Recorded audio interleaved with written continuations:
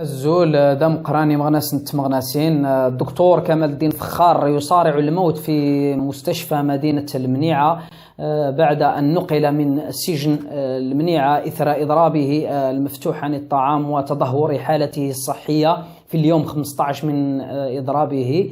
دخل في حالة الخطورة وهو تحت العناية المركزة في المستشفى وتحت رعاية الممرضين والأطباء. وهذا الإضراب هو الخامس منذ اعتقاله في جويلية 2015 تنديدا على الاعتقال التعسفي الذي كان بأمر غير قانوني صادر من النائب العام في غرداية تنفيذا لقرارات السياسية لبوتفليقة ومجلسه المصغر لاعتقال كامل والنشطاء الحقوقيين في غرداية.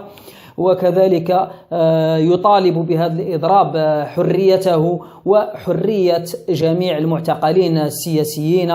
وكذلك يندد الدكتور كمال الدين فخار بعدم تحريك القضاء الجزائري للدعاوي القضائية التي كان قد رفعها ضد رئيس الشرطة الذي قام بتعذيبه وإهانته في مركز الشرطة أثناء اعتقاله. وكذلك الدعاوي القضائية التي رفعها ضد المدير الولائي للأمن والنائب العام بسبب استعمالهم التعسفي للسلطة واستغلالهم لجهاز الأمن والقضاء لقمع المواطنين والزج بهم في السجون ظلما. وكذلك الدكتور كمال الدين فخار صرح بأنه مستاء من جهاز القضاء الجزائري لعدم تلبية مطلبه في استدعاء الوزير أحمد أويحيى مدير ديوان رئاسة الجمهورية إثر تصريحاته حول أحداث تغرديت الذي قال فيها أنه على علم بمجموعات من الشباب كان يتم دفع لهم مبالغ مالية تفوت 50,000 دينار جزائري للقيام بأعمال العنف وإحداث بؤرة التوتر والاقتتال في غرداية وقيادة الهجمات.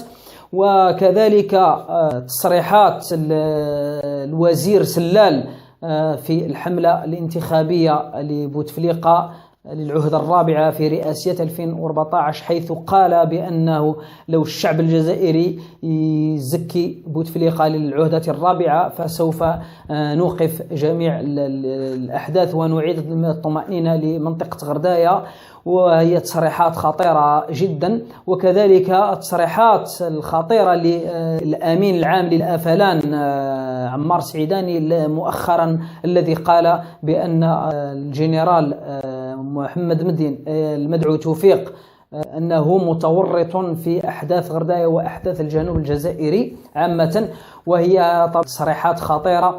وقد طالب الدكتور كمال الدين فخار استدعائهم لإدلاء بشهادتهم في هذه القضية، ولكن الجهاز القضاء الجزائري لم يحرك ساكنا إلى اليوم ويقوم بتجاهل هذه المطالب القانونية والمشروعة ويصر على اعتقال النشطاء الحقوقيين ومواصلة اعتقال التعسفية ضد المعارضين السياسيين والمناضلين في غرداية للتغطية عن الجرائم ضد الإنسانية التي تورطت فيها الأجهزة الأمنية في الأحداث الأخيرة.